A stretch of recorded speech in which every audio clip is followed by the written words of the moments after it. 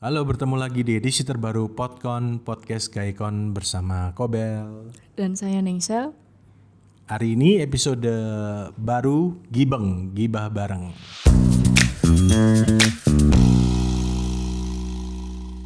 Apa yang mau kita gibeng hari ini, Ningsel? Hari Anak Nasional 2020.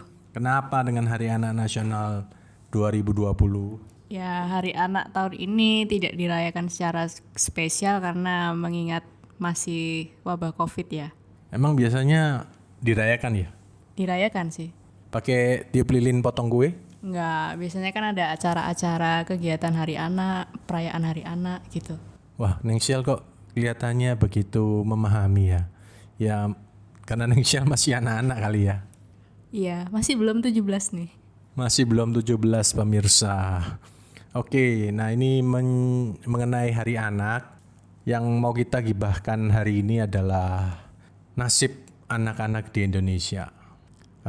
Menurut Ningsel bagaimana nih nasib anak-anak di Indonesia akhir-akhir ini? Hancur. Kenapa hancurnya itu? Sampai Ningsel tidak bisa berkata-kata. Nah, jadi begini para pemirsa, kalau menurut Kobel sendiri anak di Indonesia ini sebenarnya beberapa diantaranya salah satunya karena tuntutan zaman mencari rupiah semakin susah, banyak orang tua yang kedua-duanya harus bekerja. Sehingga anak mereka kalau boleh dibilang itu jadi anaknya pembantu atau anaknya suster. Nah ini kan dampaknya bisa banyak ini. Ya salah satunya yang pertama yaitu malah lebih dekat dengan ART atau susternya dibanding orang tuanya. Dan juga ada kemungkinan bisa terjadi hal-hal yang tidak diinginkan seperti misalnya pelecehan atau tindak kekerasan yang dilakukan mulai dari ART itu sendiri, suster, atau mungkin supirnya atau bahkan orang lain. Nah, kalau dari Ningsel kira-kira apa lagi nih permasalahan yang dihadapin anak di Indonesia sekarang? Apa ya, kalau biasanya kalau yang orang tuanya dua-duanya bekerja itu anak di rumah cenderung males ngapa-ngapain, mager. Biasanya yang tadinya rajin, mandiri, akhirnya ketergantungan sama ART-nya, sama orang lain lah. Mager lah intinya. Tapi kan biasanya anak-anak itu kan kalau sudah dari mulai kecil memang terbiasa sama mbaknya, ya gimana bisa rajin? Ya kalau ada ART sih aman, tapi kalau nggak ada orang di rumah terus dia sendirian kan mau nggak mau harus melakukan apa-apa sendiri. Nah dulu Ningsel waktu kecil apakah ditinggal kedua orang tua bekerja atau gimana? Enggak. Nah kalau Kobel sih dulu ya memang ditinggal bekerja oleh kedua orang tua ya. Cuma ya karena Kobel orangnya baik hati dan tidak sombong, ya masih bisa mandiri lah, mandi sendiri, makan ya masak-masak super mie sendiri. Ya seperti itulah. Dan selain itu, selain menghadapi situasi yang demikian di rumah, ternyata di sekolah juga kelihatannya banyak juga masalah yang dihadapin oleh anak kita. Salah satunya yang menurut Kobel yang cukup penting adalah mereka sering dibully, bisa menjadi korban perundungan di sekolah. Ya baik dari temennya ataupun dari gurunya. Kalau Ningsel gimana? Pernah dibully nggak dulu waktu sekolah? Pernah. Karena dulu satu sekolah kan Madura semua. Jadi aku yang bukan Madura yang dibully. Loh, bukan Madura. Wah, untuk edisi Gibeng kali ini Ningsel sampai tidak bisa berkata-kata. Teruskan, gimana?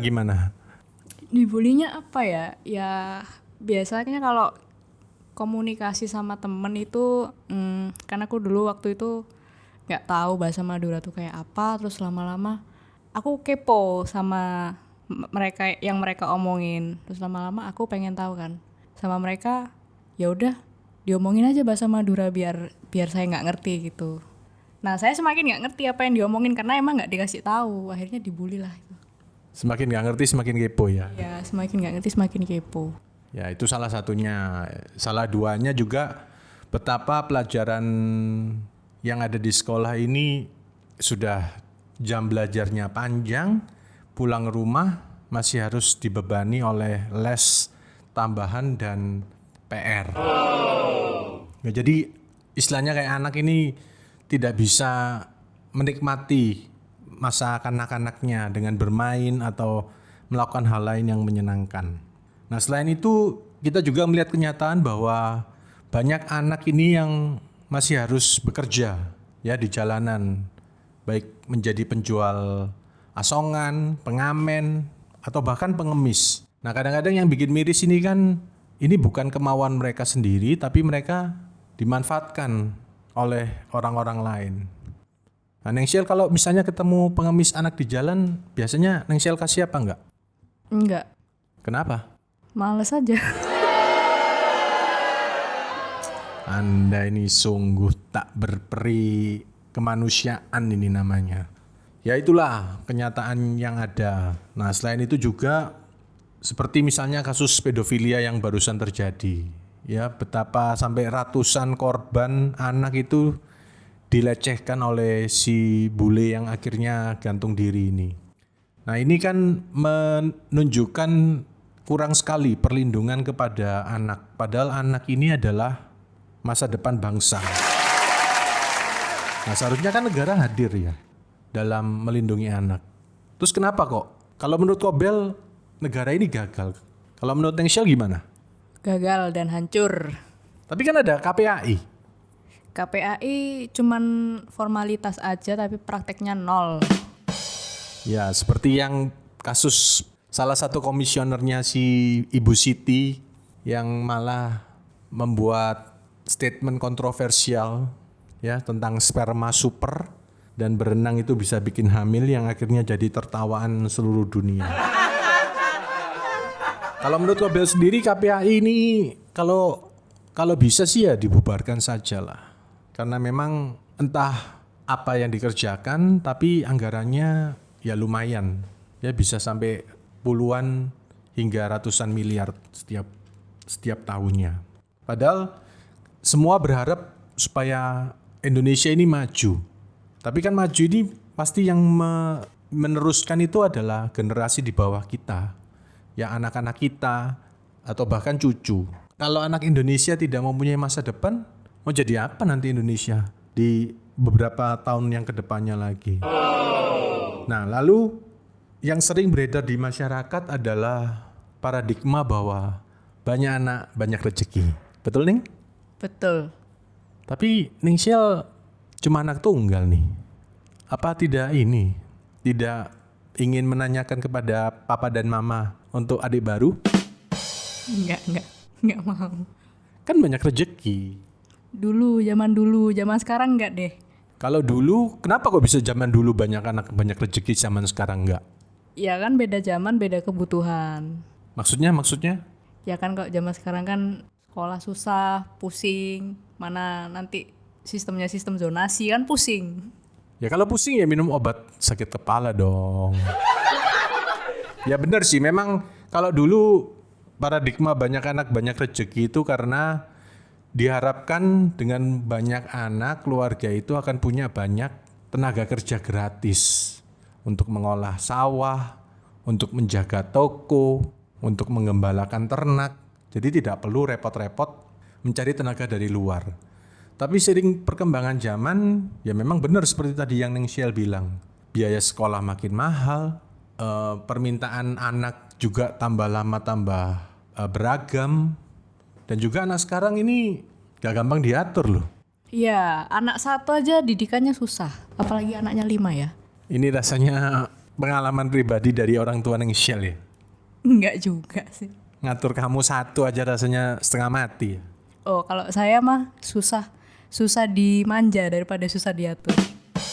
Oh, lebih susah dimanja. Wah, itu perlu dibuktikan ini ya. Nah, mengenai anak sendiri. Menurut Nengsiel, apakah Indonesia ini perlu menerapkan kebijakan untuk membatasi jumlah anak? Mengingat kita kan sudah 4 besar negara berpenduduk terbanyak di dunia. Apakah menurut Nengsiel itu perlu? Iya perlu, karena memang udah 4 besar ya di seluruh dunia. Jadi semoga ada program dari pemerintah yang tujuannya untuk menyetop pertumbuhan penduduk. Loh kan sudah ada KB. Keluarga bobrok. Keluarga berencana. Ya, tapi kenyataannya KB nggak berjalan dengan baik. Karena manusia berencana. Tuhan yang menentukan. Nah, apalagi kalau malam-malam ya. Jadi memang pemerintah sudah berusaha melalui program keluarga berencana. Tapi ya entah kenapa ya tetap pertumbuhan penduduk Indonesia ini tetap gaspol remblong ini namanya ya. Nah, mengenai program tentang perencanaan anak ini, di Cina sendiri pernah menerapkan program ini, satu anak cukup, yang dimulai pada masa pemerintahan Presiden Deng Xiaoping. Tapi tahun 2015 program ini malah di stop karena ternyata tingkat kesuburan masyarakat di sana itu akhirnya sangat rendah. Mereka akhirnya malas memiliki anak. Demikian pula di Jepang. Di Jepang itu tingkat kematian per tahunnya itu lebih tinggi daripada tingkat kelahiran baru. Hingga pemerintah mengambil kebijakan untuk memberikan kemudahan dan fasilitas bagi para ibu-ibu yang ingin hamil. Para jomblo-jomblo pun diberi kemudahan untuk segera menikah. Enak kali ya kalau dibikin di sini kayak gitu ya. Iya, enak. Langsung nggak pakai tuh namanya aplikasi Tinder nggak pakai tuh. Langsung nikah semua. Nggak perlu aplikasi Tinder karena aplikasi Tinder bukan untuk menikah tapi untuk zina. Bukan zina, untuk kawin. Oke, kita kembali lagi membicarakan masalah anak. Kalau menurut Neng Shell, lebih enak punya anak laki atau anak perempuan? Cowok. Karena? Nggak ribet. Maksudnya nggak ribet itu gimana sih? Ya nggak perlu beliin yang macem-macem. Kalau cowok mah ya udah jadi cowok aja, nggak usah beli, nggak usah, kebutuhannya nggak sama kayak punya anak cewek kan? Oh, maksudnya kayak make up gitu ya. Tapi kan anak cowok perlu mainan, perlu PlayStation, perlu Mobile Legend, sama aja kok. Ya udah beliin aja. Ya itu sama bedanya. Ya udah beliin aja kan, bedak, maskara, lipstick buat anak perempuan kan sama aja. Ya gimana ya? Ya meskipun kebutuhannya kurang lebih sama anak perempuan, tapi cara mendidiknya itu susah karena punya anak cewek itu bagaikan menjaga telur di ujung pisau. Menjaga telur di ujung pisau, bukannya di ujung tanduk ya? Tanduknya siapa? Tanduknya siapa? Tanduknya banteng. Banteng moncong putih. Ya kalau menurut Kobel sih, karena kebetulan anak Kobel sendiri juga semuanya lelaki, ya lebih mudah memang untuk mendidik laki-laki. Kalau misalnya mereka salah, bisa didisiplinkan dengan hukuman fisik seperti yang dulu Kobel rasakan. Kalau Neng Shell sebagai anak perempuan, dulu kalau berbuat salah dihukum apa sama orang tua? Disuruh tidur di teras. Gimana perasaan Neng Shell sebagai seorang anak diperlakukan sedemikian oleh orang tua? Ya awal-awal sih sedih ya, sedih nangis, tapi lama-lama kan di situ kan terpacu untuk meminimalisir kesalahan. Jadi ya buat merenung juga sih kalau itu nggak bener. Untuk meminimalisir kesalahan, waduh kata-katanya. Meminimalisir kesalahan dan merenung. Oke. Kalau Kobel sih dulu sering sekali ya mengalami hukuman secara fisik. Baik itu dipukul, dikurung di kamar mandi, gak dikasih makan. Ya hukumannya macam-macam lah. Oh iya, uang saku juga dipotong pernah. Nah, uang saku dipotong. Mungkin Anda gimana? Hukuman apa yang Anda terima dari orang tua Anda? Mungkin nanti bisa tulis ya di kolom komentar. Nah, kalau kita ngomong mengenai hukuman kepada anak, apakah menurut Neng Shell sekarang hukuman fisik ini masih relevan? Nggak relevan juga, tapi gimana ya?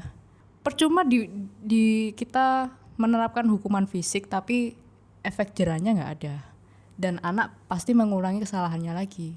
Nah, kalau sekarang, tapi kan Neng Shell waktu dihukum kan bisa merenung. Kan aku, nggak tahu yang lain gimana.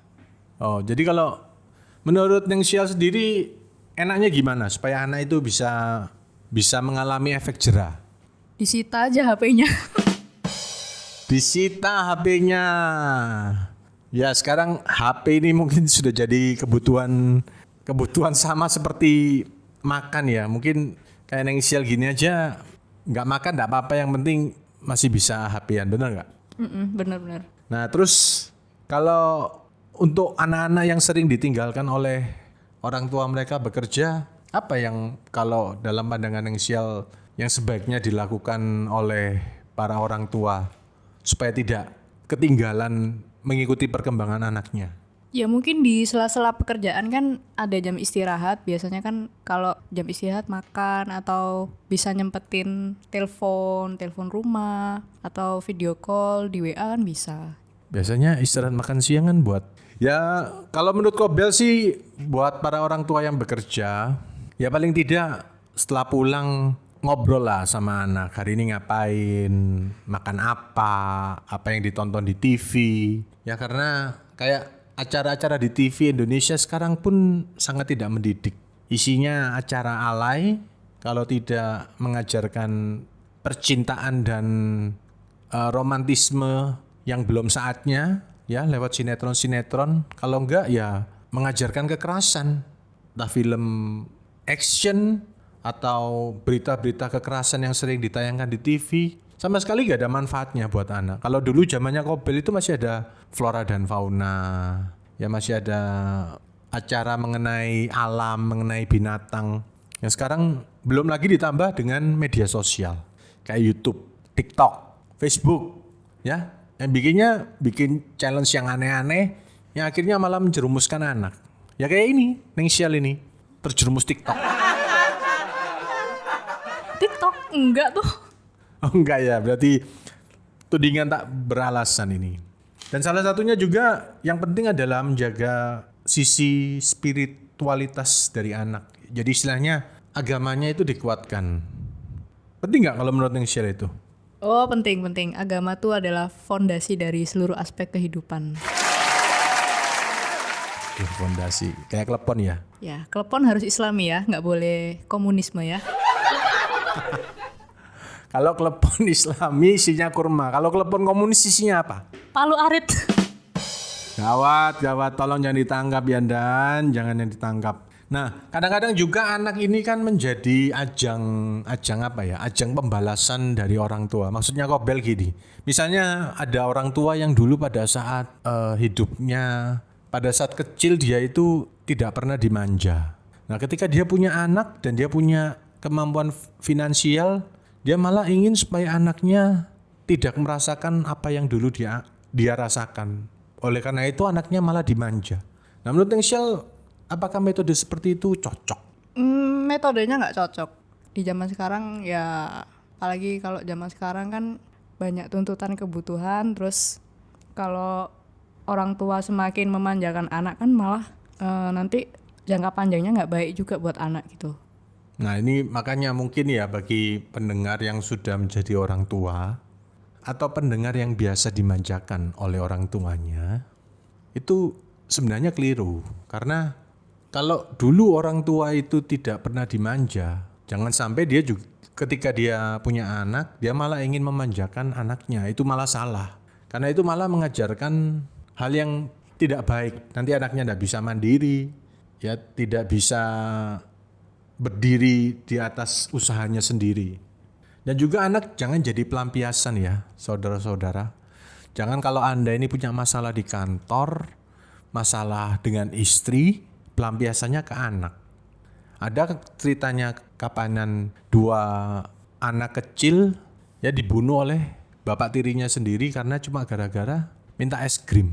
Nah, itu kan sangat tidak berperi kemanusiaan. Kalau bagi Kobel sendiri, anak ini kayak jari yang kita potong, kita tanam di dalam pot, terus dia tumbuh menjadi seorang manusia. Jadi dia itu adalah bagian dari tubuh kita, dari jiwa kita.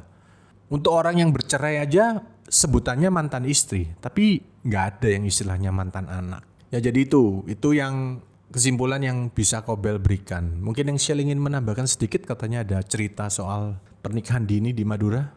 Ada temen cowok ya mungkin sudah dianggap remaja atau sudah dianggap dewasa, akhirnya nggak sampai selesai sekolah, nggak sampai kelas 3 maksudnya. Baru kelas 1 atau kelas 2 udah dijodohin sama orang tuanya. Disuruh menikah. Iya. Tapi kan enak menikah. Ya tapi kan sama aja, paksaan. Oh jadi intinya adalah di pemaksaan untuk menikah. Ya jadi buat ini pesan juga dari Kobel dan Nengsial bagi para orang tua di sana. Jangan mencoba untuk menjadikan anak Anda sesuai dengan apa yang Anda inginkan. Ya sebenarnya anak ini bisa mencari jalannya sendiri. Kalau kita misalnya mau kita perumpamaan ya, anak binatang saja kalau dibiarkan itu toh mereka juga bisa mandiri.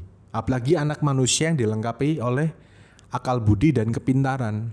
Ya jadi janganlah ya kita ini para orang tua mau menjadikan anak menjadi bentuk yang kita mau. Nanti anak itu jadinya tertekan. Anak jadinya dia tidak bisa menjadi dirinya sendiri. Dan itu tidak baik buat perkembangan mental. Iya betul, tapi gimana ya? Tapi di Madura hal yang seperti itu kan sudah biasa. Cuman untuk mengurangi kejadian seperti itu lagi kan susah. Apalagi kan KPAI kan nggak menyentuh seperti itu. Nah ini jadinya budaya yang memaksa. Ini juga salah satu bentuk penjajahan sih sebenarnya terhadap kemerdekaan anak. Ya mereka tidak bisa menentukan masa depannya, harus mengikuti adat istiadat, harus mengikuti keinginan orang tua supaya tidak membuat malu keluarga ya, seperti itu ya. Ya, jadi apa ya yang tadinya masa-masa puber dinikmati sama teman-teman, akhirnya main Tinder. Zaman dulu nggak ada Tinder. Oh, zaman dulu nggak ada Tinder. Zaman dulu apa ya? Friendster ya? Zaman dulu Friendster ya, itu sudah lama sekali. Ya itu. Jadi nggak tahu dunia luar, apa yang terjadi di luar, di kehidupan luar tuh nggak tahu. Karena perjodohan itulah. Jadi yang dipikirkan rumah tangga, cari duit, nggak mikir mau masa depan mau kemana, habis lanjut sekolah, mau putus sekolah mau kerja apa. Nah iya, nah kalau dipikir-pikir anak ini kan sebenarnya salah satu tujuan dari orang menikah untuk melanjutkan keturunan. Tapi akhir-akhir ini mungkin ada tren bahwa anak cukup satu, kalau perlu tidak punya anak pun tidak apa-apa. Karena ya banyak pasangan yang menyadari bahwa mengurus anak itu ternyata repot. Mengurus anak repot, padahal tanpa mereka sadari tidak ada anak yang minta dilahirkan di dunia ini. Ya maksudnya mereka tidak ada yang atas keinginan mereka minta dilahirkan. Itu semua adalah hasil oleh papa dan mamanya ya. Jadi bertanggung jawablah kalau memang sudah melakukan ya bertanggung jawab. Nah, kalau misalnya Kobel tanya Nengsial, apakah Nengsial setuju kalau Kobel ngomong kalau nggak siap lebih baik gak punya anak? Iya, bener. Tapi kan nanti nggak ada yang melanjutkan garis keturunan. Ya tentunya kan harus dipikirkan matang-matang dulu. Kalau nggak punya anak gimana, kalau punya anak gimana, kan orang menikah itu kan sudah punya tujuan toh. Tujuannya malam pertama lah. Ya jadi intinya gitulah. Kita berdua sih sama-sama setuju bahwa ya kalau nggak siap ya lebih baik jangan punya anak. Ya masih banyak anak yang tidak beruntung yang bisa Anda adopsi. Ya mereka itu juga korban dari orang tua yang tidak bertanggung jawab, yang mau enaknya, tidak mau susahnya. Oke, sekian dulu untuk podcast edisi Hari Anak Nasional kali ini. Jangan lupa untuk follow dan subscribe di akun media sosial Gaikon. Di mana Nengsial? @Gaikon Indonesia. Di YouTube, Instagram, dan Facebook. Oke, sampai berjumpa lagi di edisi Podcon berikutnya. Dadah.